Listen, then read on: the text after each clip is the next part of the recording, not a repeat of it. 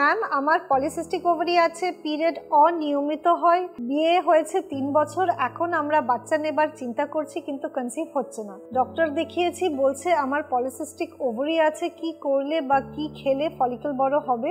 আমার বয়স 19 বছর, ওয়েট 55, হাইট 5 feet 4, শরীর অনেক কমে গেছে, এখন কি আমি কনসিভ করতে পারবো? হ্যাঁ, আপনি অবশ্যই কনসিভ করতে পারবেন।